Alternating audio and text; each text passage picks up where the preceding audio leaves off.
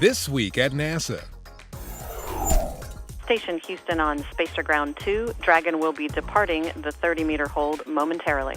A day after grappling the SpaceX Dragon capsule with the International Space Station's robotic arm, The Houston station looks like we got us a Dragon by the tail. and berthing Dragon to the Earth-facing port of the Harmony module, Second stage capture is complete. The first private spacecraft ever launched and sent to the space station is now a visiting vehicle, and it wouldn't have been possible without every single one of you on this team. the Expedition 31 crew opened the hatch to the first commercial cargo spacecraft to visit the ISS. We all remember the completion of the Transcontinental Railroad, which opened up the western frontier of the United States, and it was celebrated or commemorated by pounding in a golden spike. And this is kind of the equivalent of the golden spike. I have a lot of confidence in our future. This is a great first step to move us forward now with the commercialization of this. And like Don had said earlier, I think we would feel very comfortable in a human-rated vehicle just like this one. Following the historic hatch opening, station crew members entered Dragon to begin unloading supplies. The SpaceX demonstration flight to the ISS is part of NASA's Commercial Orbital Transportation Services, or COTS program, which provides investments to stimulate the commercial space industry in America. Under the program, SpaceX and other companies must successfully complete a test flight to begin delivering regular cargo shipments to the station. Video taken from the International Space Station documents the May 20th annular solar eclipse. While flying at about 240 statute miles above Earth, NASA astronaut Don Pettit captured the moon's shadow being cast on the planet below as the moon lined up between the sun and the Earth. This was the first solar eclipse of 2012. The next one, a total eclipse, is scheduled to take place on November 13th. Another rare celestial event is just on the horizon. A transit of the planet Venus across the sun is scheduled for June 5th. A transit takes place when a planet passes directly between the sun and the Earth. In doing so, Venus will block a portion of the sun, much like a solar eclipse by the moon. Despite being almost 4 times larger, Venus is much farther away than the moon, so the planet will be seen from Earth as a small dark disk moving slowly across the face of the sun. Transits of Venus are among the rarest of predictable astronomical phenomena, occurring in a pattern that repeats every 243 years, with pairs of transits about 8 years apart, separated by long gaps of 121.5 years and 105.5 years. The most recent transit of Venus happened in June 2004. After 2012, the next transits of Venus will be in December 2117 and December 2125. A set of guidelines developed by NASA to protect the Apollo and other historic landing sites on the moon will be followed by contestants in a Google-sponsored competition to space. That agreement in principle comes about as 26 teams worldwide continue their plans to build and send robots to the lunar surface in hopes of claiming a share of the $30 million in awards offered by the Google Lunar XPrize. The first privately funded teams to safely land a robot on the surface of the moon, have it travel 500 meters over the lunar surface, and send HD video, images, and data back to Earth will claim the prizes. Bonus awards will go to those imaging the 6 Apollo landing sites and others, including that of NASA's Surveyor spacecraft. All Google Lunar XPrize monies must be claimed by the end of 2015. NASA Administrator Charles Bolden was the guest speaker at the second Goddard Veterans Memorial Day observance at Goddard Space Flight Center. Bolden and Center Director Chris Scalise joined active duty and retired service members to honor those who made the ultimate sacrifice for our country. At Goddard, as you all know, we truly value our diversity. It captures a broad understanding of all the things that we are and that we do, and it makes Goddard a much better place, and I think it makes NASA and the country a better place. People who every day put on the uniforms of our armed forces and risk their lives protecting the freedoms and liberties of this great nation of ours. I also know many of us have been personally touched by the loss of one of these brave and selfless heroes. So this is also a day where we pause and honor the memories of members of our own NASA family who have paid the ultimate sacrifice in service to this great country. The annual event is presented by the Goddard Veterans Advisory Committee. Invited guests included members of the group Wounded Warriors and the Tuskegee Airmen. Again, serving as guest speaker, NASA Administrator Charles Bolden was behind the lectern at the Small Business Administration's annual Procurement Awards Breakfast in Washington. Joined by Glenn Delgado, the agency's Associate Administrator for Small Business Programs, Bolden noted the important roles played by entrepreneurs and small businesses, not only in fueling the American economy, but also in NASA's past, present, and future successes, as envisioned by President Obama. The event was held as part of National Small Business Week. To work on some of the technologies and some of the human factors that we have to deal with. Also in Washington at the Global Space Exploration Conference, or GLEX, Acting Associate Administrator Robert Lightfoot represented NASA in a roundtable discussion of International Space Agency leaders about future missions.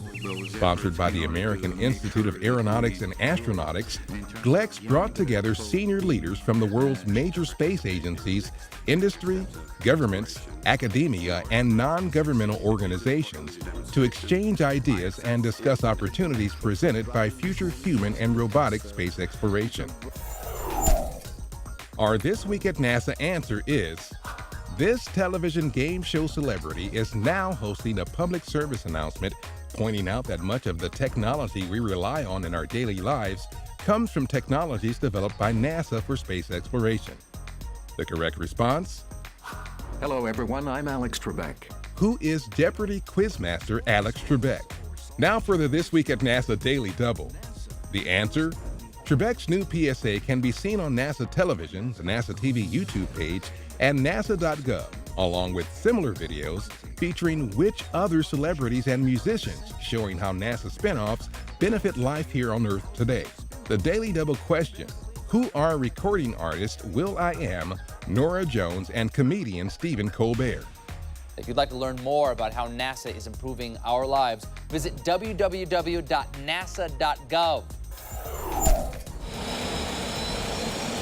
NASA's newest airborne science aircraft, the C23 Sherpa, has departed from Wallops Flight Facility on its first mission. The Flying Science Platform supports the Carbon in Arctic Reservoirs Vulnerability Experiment, or CARV, headquartered at the Jet Propulsion Laboratory. CARV will collect an integrated set of data to provide unprecedented insights into Arctic carbon cycling, or the release and absorption of carbon from Arctic ecosystems. The C-23 joined NASA's crewed science aircraft fleet in January, expanding the agency's capability to conduct research worldwide. Besides airborne research, you can use it for logistical support for cargo-type missions, range surveillance, recovery operations for a balloon program or sounding rockets, or any other type of mission that somebody may be able to think of. It's a pretty versatile aircraft, easy to modify, a lot of capability to the plane itself. The C-23 will conduct investigations in Fairbanks, Alaska through September. It wasn't something you see every day. What looked like a Coast Guard jet arriving at NASA's Langley Research Center in October 2011. But a closer look showed all official markings gone. That's because the HU25C Guardian, which had been at a Coast Guard base in Cape Cod, Massachusetts, was about to join NASA Langley's fleet in Hampton, Virginia. It took a few months to get the business jet equivalent ready for its first NASA airborne mission, doing atmospheric research. But changes the Coast Guard had made already paid off. The aircraft also has a number of modifications the Coast Guard made to the aircraft, which we can adapt for atmospheric science and for aerospace aeronautical research. They include a removable hatch in the bottom and oversized windows that can be used for optical imaging systems. It all adds up to a more versatile plane for scientific research. So there's just a big step forward in tech capability in power, range, altitude, speed, and weight that we can carry that we could not carry before.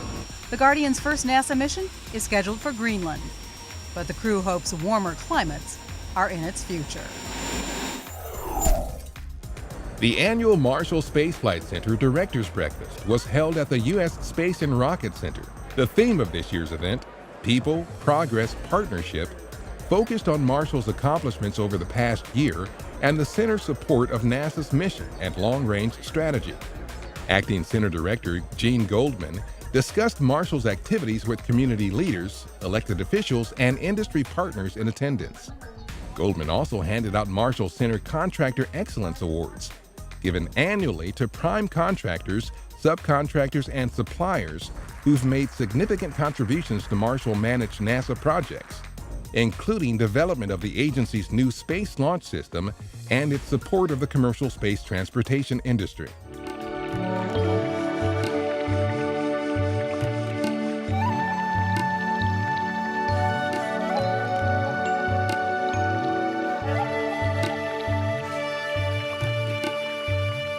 My name is Fran Lawis-Grodek. I've been with NASA this will be my 29th year at NASA. I'm a computer engineer in the IT security office here on the lab. I work with a group of people where we protect the lab's data that flows through the computer networks. One of my main responsibilities is the firewall team lead. The firewall protects the data that comes in and out of the lab from the public internet. And what I do with my part is to make sure that the adequate protections, the sufficient protections are put in place within the firewall. What I like most about working at NASA is the people that I've met and worked with along my way. We have such a great diversity of people from all backgrounds, different races, different cultures, different beliefs, and we're all working together to achieve the same goal. I graduated from Cleveland State University. My major, originally it was accounting, but I found computer science to come fairly easily. I can say that my parents inspired me the most when I was growing up. They came here and they had no family. So knowing all those things that they've had to deal with, the differences in the cultures, that they were able to succeed is what's inspiring to me, that I know that I can succeed if I want to try something different. What I would say to young people in preparing for a career of their choice is to find the job that they would do for free. This would be the job that they would have the passion and it would make them happy in doing it. And even better yet is that they could eventually and will be getting paid for it. I believe that this nation should commit itself to achieving the goal before this decade is out of landing a man on the moon and returning him safely to the Earth. 51 years ago, on May 25, 1961, President John F. Kennedy, in a speech before a special joint session of Congress, challenged the nation to set its sights on sending an American to the moon. So directed, NASA ramped up its human spaceflight effort, starting with Project Mercury and continuing on through Gemini and Apollo. It's one small step for man, one giant leap for mankind. In July 1969, Kennedy's goal was realized when, joined by Apollo 11 crewmate Michael Collins, Neil Armstrong and Buzz Aldrin made their safe return home after landing on the lunar surface. 13 years ago, on May 29, 1999, Discovery made the first space shuttle docking to the International Space Station. STS-96, the second flight to the complex, was commanded by Kent Rominger and was piloted by Rick Husband. Mission specialists were Ellen Ochoa, Tamara Jernigan, Daniel Berry, Julie Payette, and Valery Tokarev. Also on board, 3,567 pounds of material that included clothing, sleeping bags, spare parts, medical equipment, supplies, hardware, and about 84 gallons of water. And that's This Week at NASA. For more on these and other stories, or to follow us on Facebook, Twitter, and other social media, log on to www.nasa.gov.